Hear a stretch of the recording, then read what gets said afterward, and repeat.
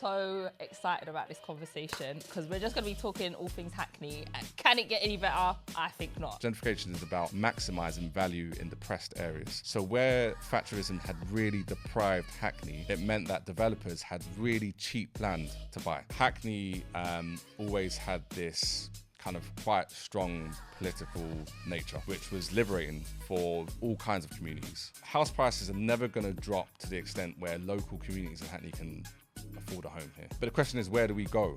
Hackney, I've heard that one. Yeah, I've heard that one as well. Really? Yeah. You were like, yeah, that's already been said. I was like, so excited for my new word. Hello and welcome to the Social Matters podcast. We are three social workers talking about social matters, and you lot today, I'm so excited about this conversation because we're just going to be talking all things Hackney. Can it get any better? I think not. We are joined by the incredible Richard Yeboah. Thank you, guys. Thank you. Who is the author of this book, From Hackney with Love. And yeah, like I say, we're going to be doing all things Hackney today. Look how excited. I'm so excited. Man, I'm excited. Yeah. For people that don't know, Nads is from Hackney. Yeah. She loves Hackney. She talks about Hackney all the time. Whenever yeah. we do any training, Yeah. she always does a shout out for Hackney. So this is your dream come true. I do, and it's only ever been once that nobody in the room's been from Hackney. Like, what am I saying? That nobody in the room has a bit. There's always been somebody from Hackney, basically, is what I'm trying to say, except once. So yeah. Richard, how you doing? I am doing well. And Yeah. I'm so grateful to be here today to talk about Hackney, as Come you mentioned. And yeah, just been a great few days, great summer, great year. Isn't it? Finally published a book as well. Oh, great. You know what? I just had the urge. Do you follow football? Of course. What team do you support? Do you want to know? Yes, I do. I need to know because you're from Hackney. I haven't even had know this what? conversation. Do you know what? Look, it's going to be a bad answer because he's taking time. No. No, I'm a Tottenham fan. Yeah. Wow. I knew did what not your response know. was gonna be. Yeah. Oh. Like, most people expect me to be an Arsenal fan. I'm not. Oh, I'm not. wow. But I ain't Okay. got no It's hatred. all right. My brother's hatred, there. man. Yeah, My yeah. brother. You know when the Crips and the Bloods, Yeah.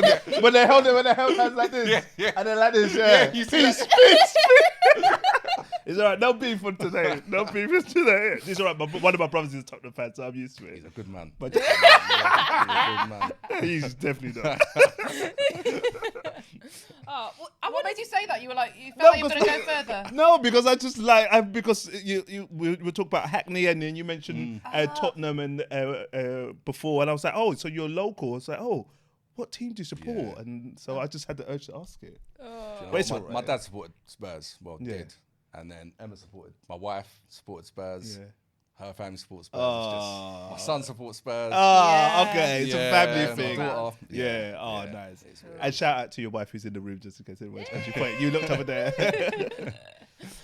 So yeah, we're going to be talking, like I said, all things Hackney. We're going to be talking about the book. But before we kind of launch in, just wanted to ask you, could you say a little bit about yourself, like what you do, and yeah, just to introduce yourself, really. Yeah, so I'm Richard Yeboah. I kind of call myself two different things. I would say I'm a writer, academic, historian, very much focused around understanding local history, particularly in the context of Hackney, and studying the impact of regeneration and gentrification. On the other side, I'm I guess I would say a public servant. So I've very much worked across central, local government over the last 12, 13 years. So kind of combined both of those experiences for the book. Nice. I wanted to ask you something because I have a thing that I have made up in my head. I don't know if it's a thing, but what do you call people from Hackney? What's the phrase that you use? I mean, when I've read books, some people say Hackneyans. That's what I say. Yeah, Hackneyan. That's what I think say. that's what it is. Okay. But I've seen Hackneyist, I've seen various different terms, but I think Hackneyan's probably the most appropriate. Maybe we should promote that. Maybe we should say that is what it is. That is the term. Yeah. Nadia and Richard have said it. Yeah. That's right. Confirmed. For me, you In the two run dictionary. Hackney. So I'm going with what you two are saying. What are the other possibilities? Hackney is Hackney trying Yosi to Yummy. think. I mean, I'm just Yeah, making words up. it's probably loads. Hackneyite? Hackney, I've heard that one. Yeah, I've heard that one as well. Really? Yeah. Yeah. I was like, Hackney, Yeah. you were like, yeah, that's already been said. I was like, Yeah. so excited for my new word. Yeah, Yeah, interesting. Hackneyan. That's what I go with. I'm a Hackneyan. Hacknonian? I'm just sorry. Hacknonian. I'll stop now. Yeah. We're not from Hackney, we can't. We just I can't get know, involved yeah, in this.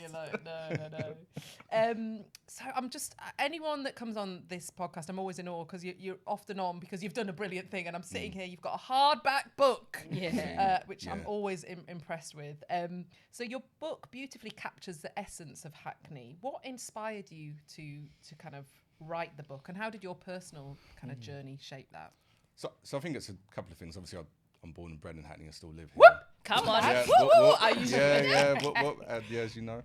And, you know, for anyone who's lived in Hackney over the last 20, 30 years, you would know how much the area has changed. And I think, for me, it was really important to document that process around exploring and analysing how Hackney went from a poor working class area that I remember as a child to what is now a more fashionable, more attractive, more middle class, more hipster area over the last 10 years. And I think the real kind of trigger for me was the 2012 Olympics, or the lead up to the 2012 Olympics. I started uni. I went to university in South London, in Deptford. Yeah, I went Goldsmiths. Yeah, and I talk about this in the book, but it was the first time I'd ever really met middle class people. And there was a distinction between the people that went to the university and the people that were in the chicken shops on Deptford High Street and, you know, near the Iceland and near New Cross Gate. And then when I used to go home every day, I used to see the same thing happening in Hackney. And I started to realise there was a bit of a process happening, and it basically in Hackney just accelerated. So yeah, the book is very much talking about that process. So would you just, because you mentioned 2012 Olympics, or maybe the run up to it, is there like a timeline for you where it really started to kind of, the gentrification kind of started to gain legs? Yeah, I mean, gentrification has been a process in Hackney for the last, I would say, 40 years, because it's been happening since the 1980s with the artisans and the development of Canary Wharf and, you know, the development of the high-rises in Liverpool Street. So people always come into Hackney in search of housing to be closer to work.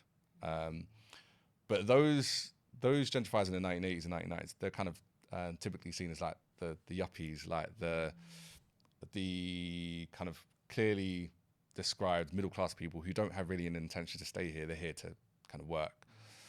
I think when the 2012 Olympics was announced in 2005, I think that there felt like quite an instinctive process to transform Hackney's communities. And one of the reasons why I say that is because there was quite a significant process of regeneration of Hackney's housing estates.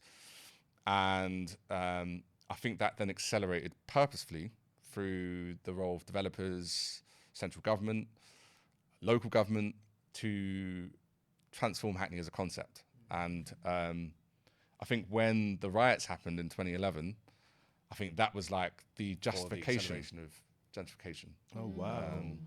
But yeah, I'll talk about this in the book. And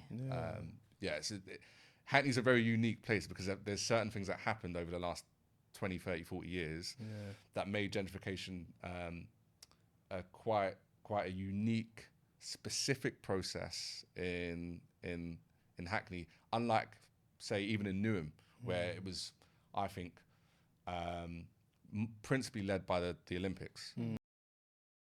Unlike Tottenham, which was principally led by the 2011 riots, or unlike other places like Peckham and Brixton. I think Hackney there's quite a dynamic of the public perception of Hackney being really poor working class communities, poor schools, poor health, high levels of crime, and a specific drive by central government and local government to basically rid that perception, which has affected us, not only kind of economically but personally, because it's the area around us has changed. I guess not being from London, I've lived here since 2007, how then that kind of drive, you know, takes off, because not being from London, Hackney was a place, you know, like as a non-Londoner, it's like, where do you want to live? Hackney. as in like that word got out via email by pigeon post. No, but it was a play, like you didn't know any areas in London, but you knew Hackney. It's interesting how that translated. And you ask anybody who, I've got friends from all over the world having played sport, basketball, football, and it's like, I want to live in Hackney. And how narratives, and they're always, I live south, Deptford, whoop, but they're always like, oh, don't go south. Like Hackney has got a name that people want to live there. And it's interesting we said kind of that drive from central government, but I think something happened that it worked. People wanted to go there and live there. I think, and I talk about this in the book a lot, about the history of Hackney and why it's always been a place of not necessarily, uniqueness, but even attractive to people who would have seen it back in the day and been like, this is a poor player, no-go borough that I don't want to go live in. Is that Hackney always had this kind of quite strong political nature, right? Which was liberating for all kinds of communities, right? Even for refugees and migrants and ethnic minority groups who were first coming to the country, who saw that there was a real fight against racism in Hackney, the liberation of, or the support for gender equality and the fight for LGBTQ rights as well, which was really, really strong in certain parts of Hackney. General political activism. So the Labour Party was quite strong in Hackney, and obviously we had the first black MP and Diane Abbott as well. So there was a real essence of a real strong political activism that was lively in Hackney, like nowhere else. So even though it was poor, even though it was working class, even though it had poor housing estates and everything else, people still saw Hackney as this liberating area, particularly at a time during the 1980s where we had a right-wing government that seemed to attack left-wing communities. So interesting. So gentrification and identity are central to your book. So to begin with, can you tell us, how would you define gentrification? Because we've kind of mentioned it already. And how have you seen Hackney change over the years, and in what ways have those changes shaped the stories you choose to tell? Yeah, so I think gentrification is kind of, in a lot of ways, simplified as kind of white middle-class communities coming to an area and working and living in, or setting up coffee shops and wearing trendy trainers and trendy hats and all that kind of stuff. And it's a lot deeper than that, right? Gentrification is specifically around the reuse of poor, deprived land in areas and the redevelopment of that land, first through regeneration and then through a specific process of revaluing that land and revaluing those spaces, whereby people externally can, or only people externally can, afford those places. And a really, really, really good example of this is obviously Ruth Glass spoke about this, or was actually the first person to talk about gentrification 70 years ago.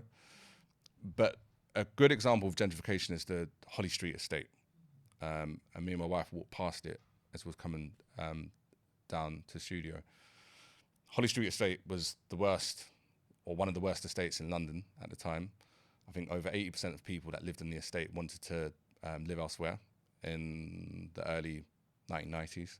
You had issues of crime, you had issues of people punching through people's doors and windows to burgle each other's homes. It had 4 blocks that were only built 20 years prior, but were in a really bad state. You had like a long row of snake blocks behind it. And it was just known as an area that was really deprived. And it was commonly perceived that that was like a no-go zone, people that live in Holly Street. And it was like the epitomization of Hackney's poverty. And what they did in the early 2000s is there was a program to regenerate 5 of Hackney's housing estates. And Holly Street was kind of seen as the pinnacle of that program. So they, just to give you some context, Holly Street was as I mentioned, was a poor area. Housing was probably around, to buy a home through right to buy was probably like £80,000. No one wanted to live there. So people who were reallocated homes were like, I don't want to go live in that estate. I'd rather go live in another estate. So when the regeneration program happened, they got rid of 3 of the blocks on the estate, and they got rid of all of the snake blocks behind the tower blocks. and the estate was completely regenerated. So you have now low-rise housing that matches a lot of the housing in and around the area. And what effectively happened was that the people who were on the estate obviously got a lot of the homes on the regenerated estate, but the number of homes in the regenerated estate was actually less than the homes in the original estate. So a lot of people then subsequently had to move to other parts of the country or other parts of London. And as part of the regeneration process, Holly Street was initially a very, it was a council-led estate. It was managed by the council. When they redeveloped it, they sold off a lot of land into the private sector and a lot of housing into the private sector. This subsequently drove up the house prices in the Holly Street area. So you had house prices that were in the 1990s being roughly 80 to 90 grand. Post-regeneration, you're having housing that is 200, 300 grand. And then as those new houses come into the market, as I've mentioned as part of the gentrification process, people who have wealth are then able to purchase those homes. And the people in the original estate are either being decanted or moved into other estates, or eventually move out because there's kind of a general societal communal change in the area, as well as rents going up as well. And over time, this process continues.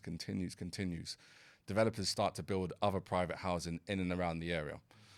And then what happened when the Olympics was announced, huge development started to develop in Dalston, right next to the CLR James Library. So the whole area started to, the value of the land and the housing in the area started to maximise. So then you go from housing being £200,000 in the early 2000s to now being £500,000 pre-Olympics. And as people continually see Hackney as more attractive, that's when the coffee shops arise. That's when the trendy bars arise. That's when the communities start to change.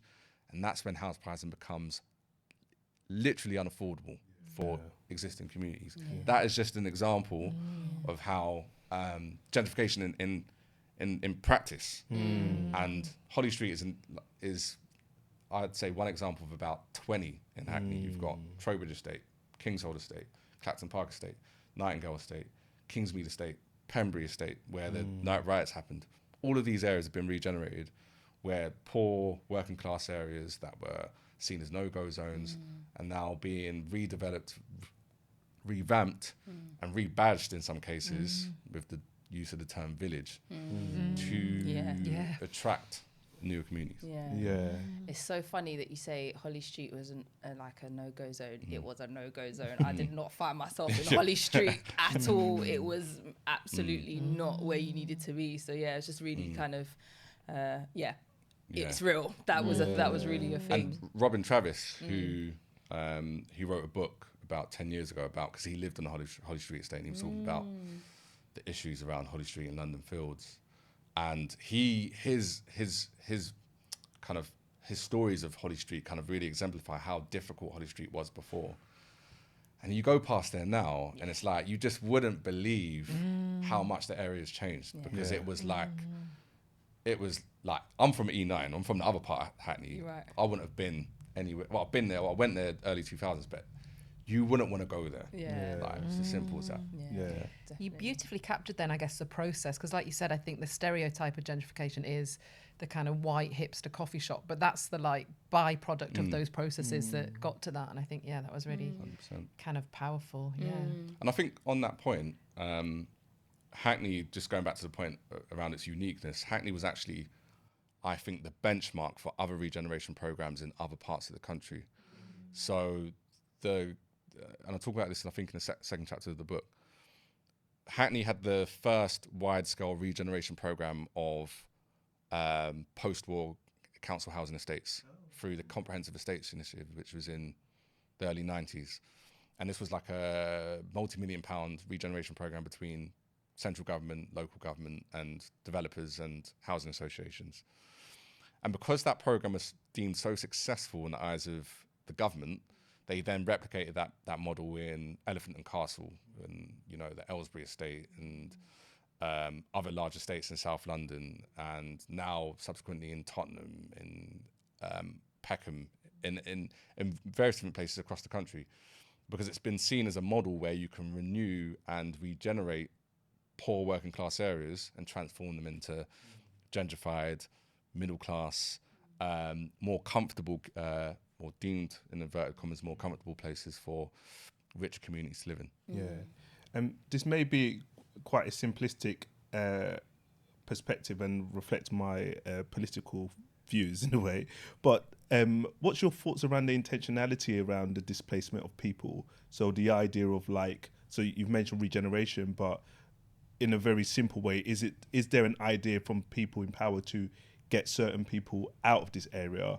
to allow other people in there, or is that too No, unfair? I think it's a valid point. It's a question that I always get asked about. Was it intentional and was it not? I think yes and no. So if you look at the 1980s and Thatcherism and the kind of identity around neoliberal policies, there seems to be a real drive to kind of depress working class areas like Hackney. And what that eventually led to was the gentrification of those areas, because what Thatcherism done is that it privatised large assets, it privatised housing, which made more, what's the best way of saying this? Better housing went in the private market, which meant that middle class people could apply for those housing, and poorer housing remained unsold or hard to let, like in places like Holly Street. So what started to emerge was a really depressed, poor area. And going back to the point I mentioned around gentrification and the kind of overarching description of gentrification is about maximizing value in depressed areas. So where Thatcherism had really deprived Hackney, it meant that developers had really cheap land to buy, and really cheap housing estates to regenerate. And in the developers' eyes, developers predominantly are focused around profit margins. So if I'm a developer, I'd rather go and develop a place in like Hackney, which has the depressed land prices, depressed social community, but it's close to Liverpool Street, it's close to Canary Wharf, and then subsequently it's next door to the Olympics. I think there was a real policy by Thatcherism to depress those areas with the view that in 20 years' time, we could really maximize the value of these places. Because Thatcherism had demonstrated that with Canary Wharf, because remember the Docklands was unused, it was poor, that whole area was depressed. And then Canary Wharf turned it into, or the development of Canary Wharf turned it into a multi-million-pound area. And that was like the early precursor of that, I think, intentionality around redeveloping working class areas. But I do think there's like differences in terms of some of the policies that came thereafter. And I talk about this in the second chapter, where I think Tony Blair, New Labour, very much kind of emphasised the continuation of neoliberalism and the privatisation of public sector assets like housing, like schools. But there felt like there was this need to ensure that there was like some social value or some importance around social cohesion. And the reason why I say that is because a lot of the Labour policies around that time were all about supporting working class communities. Remember, I was discussing this with my wife as we was on the way here. Tony Blair lived right next to Holly Street in the 80s, before he was involved in Labour politics, but he wasn't in a position to like lead the party or anything like that. And some of the research that I had looked into was that, you know, he very much saw Holly Street as an example of, you know, like urban depression. And from his eyes, he saw urban renewal as a process of like, yes, getting rid of some of these estates, but helping those existing communities to at least have a suitable living condition. And this is why I think Labour policies are slightly different, because there was policies like EMA for young people in education, the access to student loans and student grants for university, the development of academies, which was originally the idea was around bringing better schooling into working class areas. So I think there's a slight difference in some of the policies that have come over the last few years. I think just the last point, I think Cameron and thereafter was probably in addition to what had been done by Thatcher. But I think Labour, albeit feels in the same ways quite similar, there seems to be quite a social aspect to helping communities. And I think that's even being seen in this current Labour Party as well, with the rise in the funding for the affordable housing programme and the end to right to buy. So all of these different policies, which I should have mentioned before, right to buy was a clear example of where there was an intention to gentrify some of these areas. So interesting. Thank you. So interesting. I tried to articulate that as best I could. No, you did. It was you. We're all just like brilliant. listening attentively. It's like, you're doing a fantastic job capturing it so well. Something that I found really fascinating from the book was that, because it's so well done, you really go into the history of it.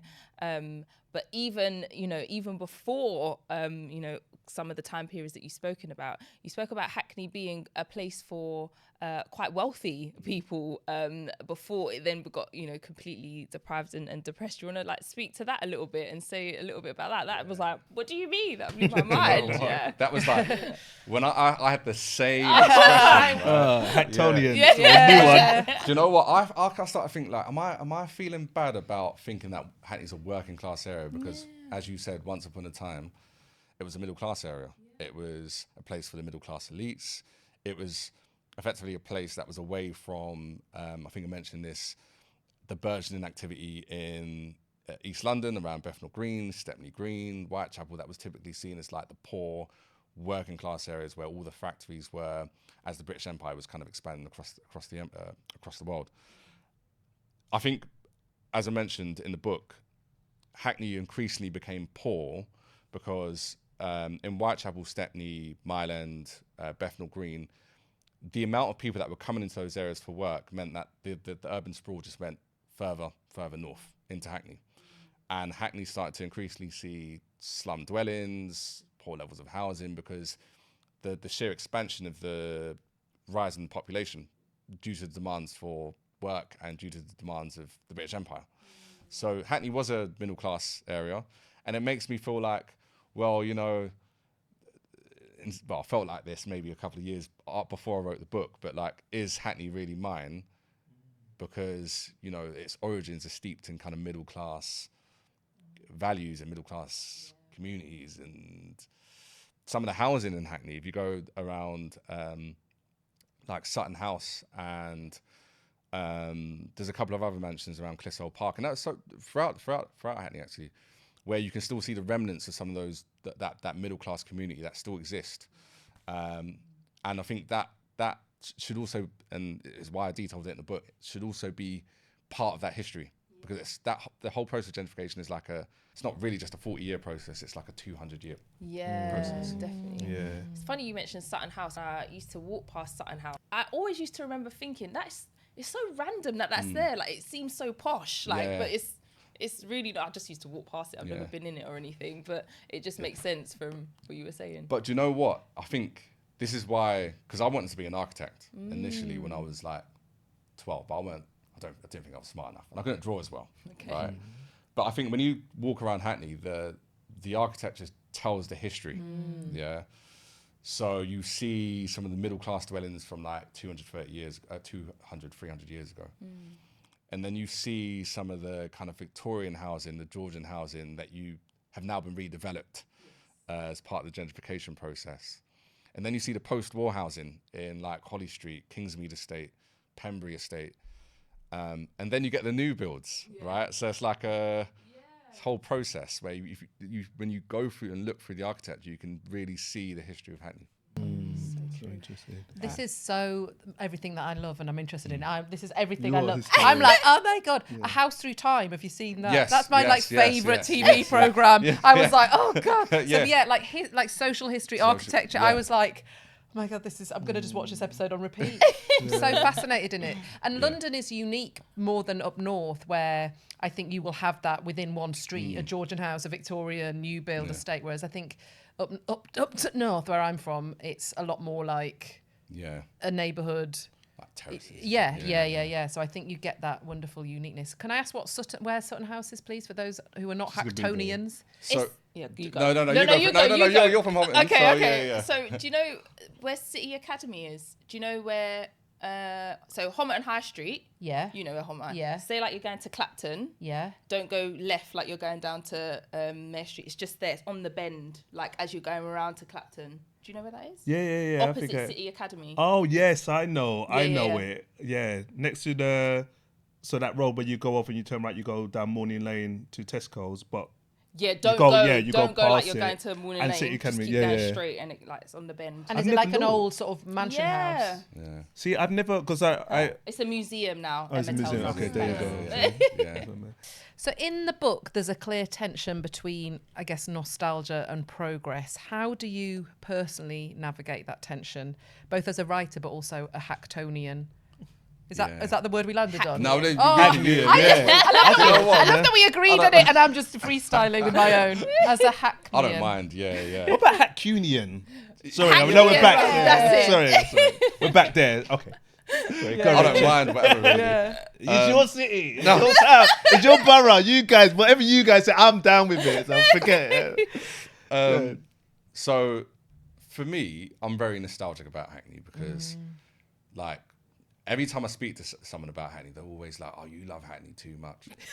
Oh my God! you You guys need to hang out more. Yeah, but like, there's a reason for it because, like, if you grew up in Hackney, particularly like, certainly like some of the more deprived parts, because I lived in like a maisonette, which was just off Victoria Park, but like Wells Street and Homerton was all like in and around where I lived. Like that nostalgic and that upbringing is like it's so unique, and it's like living in the Bronx. It's like living in Compton. Like it will stay with you for the rest of your life. Yeah. And I think Facts. 100%. And I think when you think about how much Hackney has changed, in some aspects you can say it's progress because it was difficult. Like I remember every day if I walked to a certain area, like I'll be scared for my life, particularly like in the 2000s. Like hearing about crime daily, murders, knowing people that have been murdered, knowing people that had gone to prison, knowing people that lived in very difficult situations, was just like the reality. And I think for a lot of people that live in Hackney now, because of the new builds, because of the different communities, and particularly for the newcomers, they may not appreciate that history, which is why I wrote the book. But I think in terms of gentrification, there are some parts that you could argue are positive. You know, I am not against the newer communities living in and around Hackney. I've learned a lot. I've made friends with a lot of people that have not lived here for a long time, and have, in some respects, some of those gentrifiers actually appreciate Hackney's history. They actually form part of some of the communal groups and some of the like daily events that happen in Hackney. But I think there's still this real specific issue around the long-term future of Hackney, and it's something that I just have to, I think, in some ways accept. Because house prices are never going to drop to the extent where local communities in Hackney can afford a home here. And me and my wife, many other communities in the borough, people that I grew up with, have to realise that. But the question is, where do we go? And I think Eugene was talking about this before the podcast, is where does a black working class person move to on a relatively median salary? Where do they go? And if they do leave London, there's a real risk of racism.